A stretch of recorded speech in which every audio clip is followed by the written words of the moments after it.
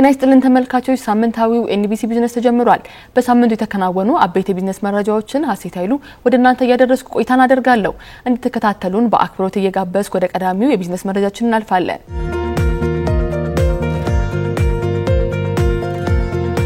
ጠቅላይ ሚኒስትር ዶክተር አብይ አህመድ በዛሬው ዕለት ታሪካዊ ሁነት መፈጸሙን ገለጹ። ጠቅላይ ሚኒስትር አብይ አህመድ ለኢትዮጵያውያን ሁሉ የሚያኮራ ታሪካዊ ሁነት ተፈጽሟል ብለዋል። የሁለት ተሻጋሪ ፕሮጀክቶችን የመሰረት ድንጋይ ማስቀመጣቸውን ጠቅላይ ሚኒስትሩ አብስረዋል። የኢትዮጵያ ኢንቨስትመንት ሆልዲንግ ከዳንጎቴ ግሩፕ ጋር በመተባበር የሚገነባው የዩሪያ ማዳበሪያ ፋብሪካና በጎልደን ኮርኮርድ ግሩፕ የሚገነባው የጎዴ ነዳጅ ማጣሪያ ፋብሪካ መሰረት መቀመጡን ነው በማህበራዊ ትስስር ገጻቸው ያሰፈሩት። የጎዴ ነዳጅ ማጣሪያ ከሂላል የነዳጅ ስፍራ ድፍድፍ ነዳጅ በማውጣት በማጣራትና በማጠራቀም በአመት 3.5 ሚሊዮን ቶን የማምረት አቅም ያለው መሆኑ ተገልጿል።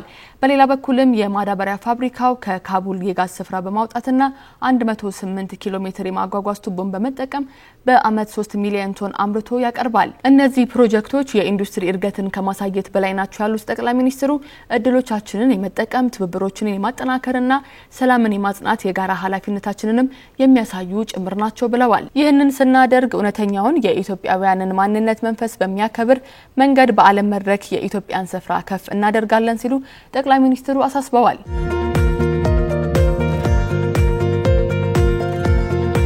ኢትዮጵያና ጣሊያን የ4.1 ሚሊዮን ዩሮ ስምምነትን የተፈራረሙት በያዝነው በዚህ ሳምንት ነበር።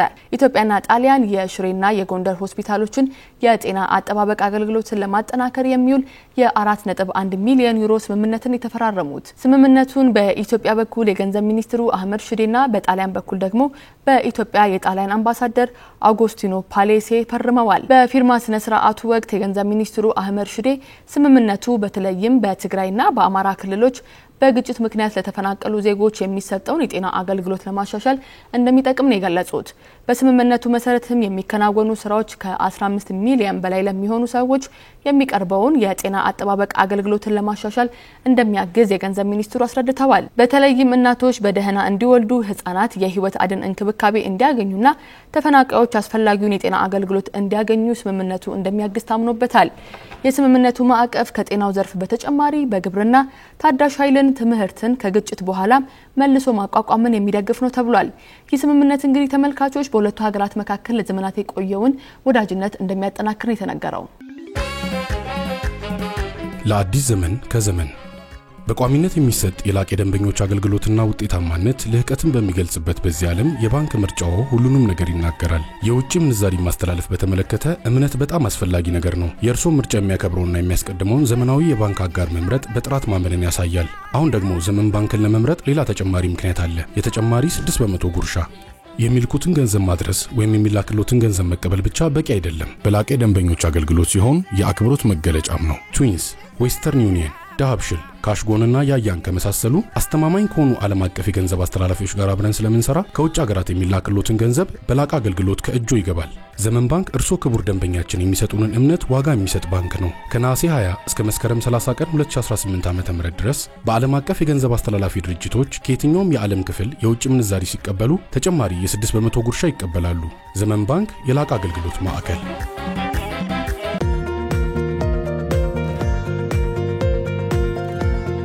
ኢትዮጵያ በሚቀጥለው ሳምንት የአፍሪካ አህጉራዊ ነጻ የንግድ ቀጠና ስምምነትን ተግባራዊ ማድረግ እንደምትጀምር ተነግሯል። የንግድና ቀጠናዊ ትስስር ሚኒስትር ካዛሁን ጎፌ ኢትዮጵያ በሚቀጥለው ሳምንት የአፍሪካ አህጉራዊ ነጻ የንግድ ቀጠና ስምምነትን ተግባራዊ ማድረግ እንደምትጀምር ገልጸዋል። ሚኒስትሩ እንግዲህ ይህንን ያስታወቁት በስዊዘርላንድ ጄኔቫ ሲካሄድ የቆየው 6ኛው ዙር የዓለም የንግድ ድርጅት አባልነት የስራ ቡድን ስብሰባ መጠናቀቁን ተከትሎ ነው ተብሏል። የአፍሪካ አህጉራዊ ነጻ የንግድ ቀጠና ስምምነት ትግበራ ከንግድ ቀጠናነትም ባለፈ የአፍሪካ ዘላቂ እድገትን ወሳኝ እንደሚያደርገው ተነግሯል። የንግድ ቀጠና ስምምነቱ እንግዲህ አፍሪካውያን በኢኮኖሚ በማስተሳሰር ፈጣን ኢኮኖሚያዊ እድገት እንዲያስመዘግቡም አስተዋጽኦ የጎላ ስለመሆኑ የተነገረው። የአፍሪካ ህብረት አጀንዳ 2063 እና የዘላቂ ልማት ግቦችን ለማሳካት የምግብ ዋስትናን ለማረጋገጥና ድህነትን ለመቀነስም ይህ ስምምነት ጉልህ ሚና ይኖረዋል የተባለው።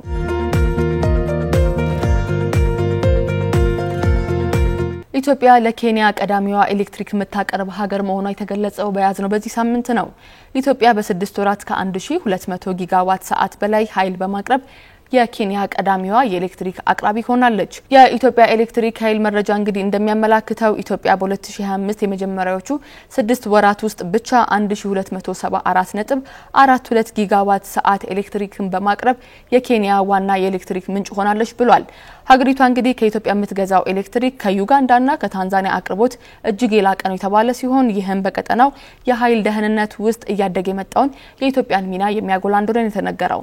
የኃይል አቅርቦቱ ለኬንያ ወጪ ቆጣቢና አስተማማኝ አማራጭ በመሆንም የሀገር ውስጥ የኃይል ማመንጫ ላይ ያላትን ጥገኝነት በመቀነስ እንግዲህ በአመት $10 ሚሊዮን እንድትቆጥብ አስችሏታል።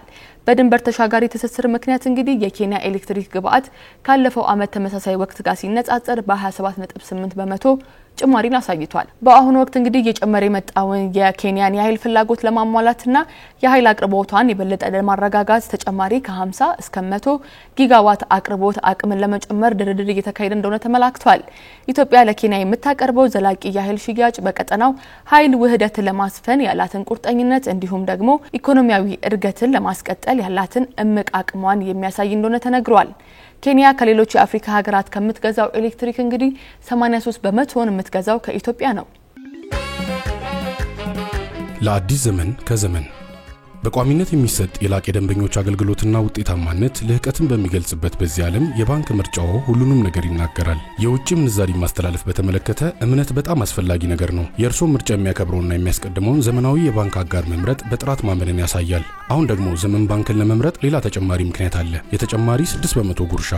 የሚልኩትን ገንዘብ ማድረስ ወይም የሚላክሎትን ገንዘብ መቀበል ብቻ በቂ አይደለም። በላቀ ደንበኞች አገልግሎት ሲሆን የአክብሮት መገለጫም ነው። ትዊንስ፣ ዌስተርን ዩኒየን፣ ዳሃብሽል፣ ካሽጎንና ያያን ከመሳሰሉ አስተማማኝ ከሆኑ ዓለም አቀፍ የገንዘብ አስተላላፊዎች ጋር አብረን ስለምንሰራ ከውጭ ሀገራት የሚላክሎትን ገንዘብ በላቀ አገልግሎት ከእጆ ይገባል።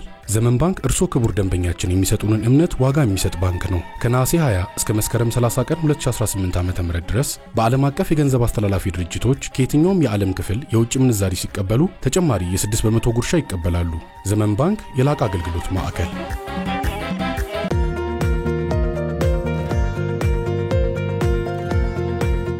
ሌላኛው የምንመለከተው መረጃ ደግሞ የኢትዮጵያ ካፒታል ገበያ ባለስልጣን ፍቃድ የሰጣቸው የገበያ ተዋናዮችን ቁጥሩን ወደ 11 ማሳደጉን የተመለከተ ነው። የኢትዮጵያ ካፒታል ገበያ ባለስልጣን ለ3 አዳዲስ የካፒታል ገበያ አገልግሎት ሰጪዎች ፍቃድ በመስጠት በዘርፉ ፍቃድ የተሰጣቸውን ተቋማት ጠቅላላ ቁጥሩን ወደ 11 ማሳደጉን ተናግሯል። አዲስ ፍቃድ ከተሰጣቸው ተቋማት መካከል ፈርስት አዲስ ኢንቨስትመንት ባንክ ኃላፊነቱ የተወሰነ የግል ማህበር በኢንቨስትመንት ባንክ ዘርፍ፣ ኢግናይት ካፒታል ኃላፊነቱ የተወሰነ የግል ማህበርና ዙሪ ካፒታል አክሲዮን ማህበር በሰነደ መዋዕለ ንዋይ ማማከር ዘርፍ ፍቃድ የተሰጣቸው ተቋማት ናቸው። ፈርስት አዲስ ኢንቨስትመንት ባንክ ኃላፊነቱ የተወሰነ የግል ማህበር ከባንክ ግሩፕ ውጪ ፍቃድ የተሰጠው የመጀመሪያው የኢንቨስትመንት ባንክ መሆኑን የተገለጸው የካፒታል ገበያ ባለስልጣን ዋና ዳይሬክተር ሀና ተክሌ በፍቃድ አሰጣጡ ስነስርዓት ወቅት እንግዲህ በሀገሪቱ የፋይናንስ ስርዓት እድገት ውስጥ ያላቸው ሚና ከፍተኛ መሆኑን በአጽንኦት ተናግረዋል። ባለሀብቶቹ የሚተማመኑበትና የረጅም ጊዜ ኢኮኖሚያዊ እድገትን የሚደግፍ ግልጽና ዘላቂ የካፒታል ገበያ ለማጎልበትም ከፍተኛ የሆነ ኃላፊነት እንዳለባቸው እንዲሁም ደግሞ ኃላፊነታቸውንም እንዲወጡ ጥሪ አቅርበዋል።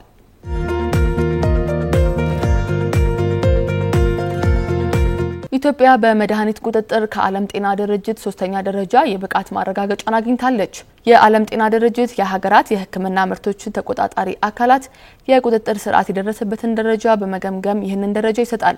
በዚህም እንግዲህ ኢትዮጵያ በመድኃኒት ቁጥጥር ከዓለም ጤና ድርጅት 3ኛ ደረጃ የብቃት ማረጋገጫን ማግኘት ችላለች። ኢትዮጵያ ያገኘችው ደረጃ በመድኃኒት ቁጥጥር የተረጋጋና የተቀናጀ ስርዓት ላይ መድረሷን የሚያመላክት ሲሆን ሀገሪቱ ውስጥ ያሉ መድኃኒቶች ጥራት፣ ደህንነትና ውጤታማነት በዓለም አቀፍ ደረጃ መረጋገጡን የሚያሳይ ነው ተብሏል። እውቅናው ኢትዮጵያ በአፍሪካ ከሚገኙ ቀዳሚ የቁጥጥር ባለስልጣናት ተርታ እንድትሰለፍ አድርጓታል።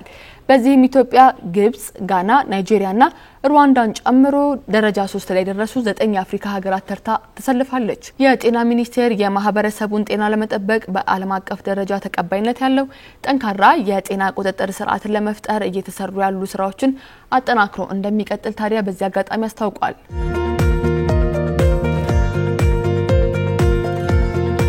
የዓለም ባንክ በሎጂስቲክ ዘርፍ ለኢትዮጵያ የሚያደርገውን ድጋፍ አጠናክሮ እንደሚቀጥል ገልጿል።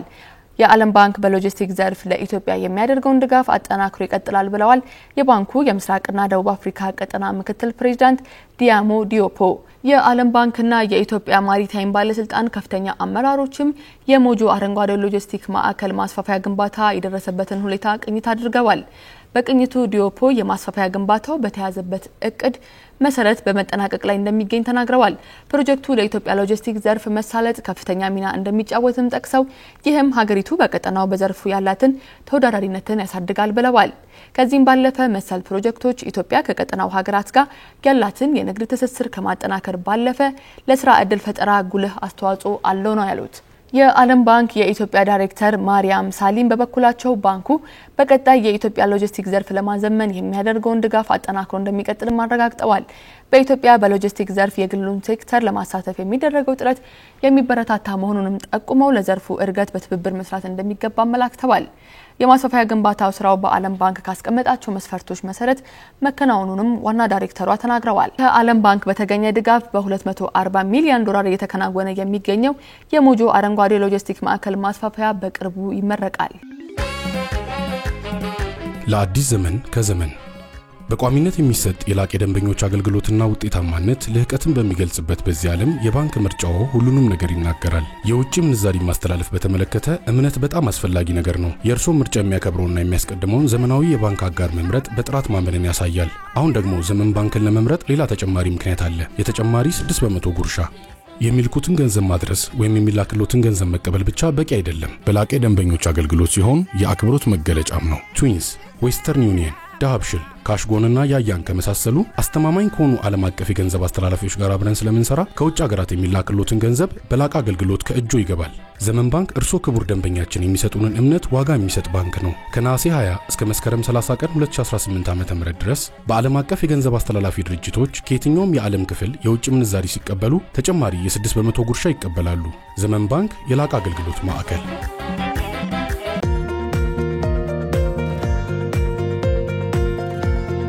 የቻይናው GCL ኩባንያ በተለያዩ የኢንቨስትመንት ዘርፎች መዋለ ንዋዩን ፈሰስ ለማድረግ ፍላጎት እንዳለው ገልጿል።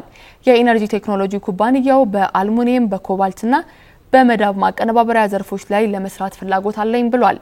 የኩባንያው ሊቀመንበር ዡጎን ሃንግ ከኢትዮጵያ ኤሌክትሪክ ኃይል ዋና ስራ አስፈጻሚ አሸብር ባልቻ ጋር በነበራቸው ውይይት ነው እንግዲህ ኩባንያቸው በበርካታ ዘርፎች ላይ ኢንቨስት ለማድረግ ፍላጎት እንዳለው ያስረዱት። በድሬዳዋ ከተማ በአልሙኒየም፣ ኮባልትና ኮፐር ማቀነባበር ላይ ለመሳተፍ ፍላጎት እንዳለው በመግለጽም ለዚህም ደግሞ አስተማማኝ የሆነ የኤሌክትሪክ ኃይል አቅርቦት እንደሚያስፈልጋቸው ተናግረዋል። ኩባንያው እንግዲህ በአጭር ጊዜ ውስጥ ወደ ስራ እንዲገባ 4000 ሜጋዋት ኤሌክትሪክና በሚቀጥሉት 5 እና 6 ዓመታት ደግሞ 6000 ሜጋዋት ኃይል እንደሚያስፈልገው ሊቀመንበሩ ተናግረዋል።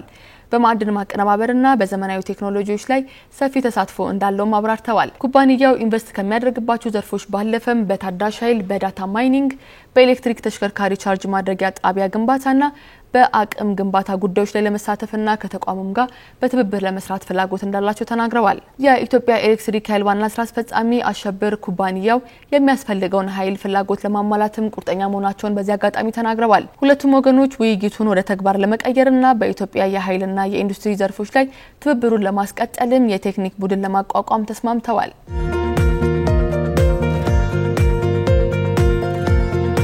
የኢትዮጵያና የጅቡቲ ሎጂስቲክን ዘርፍ ተጠቃሚነት የሚያጠናክር የቴክኒክ ኮሚቴ በያዝነው ሳምንት ተቋቁሟል። የሎጂስቲክ አቅርቦት ለቀጠናዊ የቢዝነስ ትስስር በሚል መሪ ሀሳብ በጅቡቲ በተካሄደው ሁለተኛው የኢትዮ ጅቡቲ የቢዝነስ ማስፋፊያ ጉባኤ ላይ ማጠናቀቂያ ወቅት ላይ ነው እንግዲህ ይህ ኮሚቴ ተቋቋመው። በያዝነው ሳምንት መጀመሪያ ላይ መካሄድ የጀመረው ጉባኤው በሎጂስቲክ ዘርፍ የሚስተዋሉ ችግሮችን በመቅረፍ ቀጣይነት ያለው የቢዝነስ እድገትን ለማፋጠን እንደሚረዳ ተነግሯል። ታዲያ የሁለቱ ሀገራት የሎጂስቲክ ንግድ ትስስርን እንደሚያቀላጥፍ የታመነበት ጉባኤው የዘርፉን ተጠቃሚነት የሚያጠናክር ኮሚቴን በማቋቋም ተጠናቋል። አዲስ አበባ የተካሄደው የመጀመሪያው ዙር ጉባኤ ክፍተቶችን በመለየት የመፍትሄ አቅጣጫዎችን የዳሰሰ ሲሆን ሁለተኛው ዙር ደግሞ ይህንን በመገምገምና አቅጣጫ በማስቀመጥ የሚከታተለውን የቴክኒክ ኮሚቴ አቋቁሟል። የቴክኒክ ኮሚቴው የዘርፉን ችግሮች በጋራ በመፍታት ተጨማሪ እድሎችን መፍጠር እንደሚያስችል ተነግሯል። የቴክኒክ ኮሚቴው ከሁለቱም ሀገራት በሎጂስቲክ ዘርፍ ጋር ትስስር ካላቸው ተቋማት ጋር የተውጣጡ ናቸው። የዘርፉን ጤናማነት በመጠበቅ የዘመኑን ቴክኖሎጂ በማስታጠቅና ብቁ የሰው ኃይል በማፍራት ለሌሎች ዘርፎችም እንዲተርፍ ማድረግ እንደሚገባ ተመላክቷል።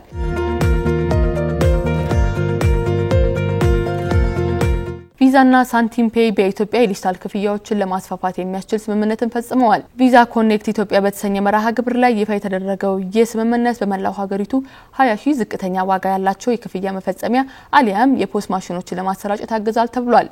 ስምምነቱ እንግዲህ የዲጂታል ፋይናንስ አገልግሎት ተደራሽነትን ማጠናከርና ኢትዮጵያ የምታደርገውን ስትራቴጂካዊ የዲጂታል ፋይናንስ ሽግግርን መደገፍ ዋነኛ ዓላማው እንደሆነ ተነግሯል። በተለይም የፖስ ማሽኖችን ተደራሽነት በማሳደግ ኢትዮጵያ ወደ ዲጂታል የገንዘብ ልውውጥ ለምታደርገው ጉዞ መሰረትን ይጥላል ተብሏል። የቪዛ ደቡብና ምስራቅ አፍሪካ ኃላፊ ሚካኤል በርነር የኢትዮጵያ ኢኮኖሚ አቅምና ለዲጂታል ሽግግር ያላትን ቁርጠኝነት በዚህ ወቅት አድንቀዋል።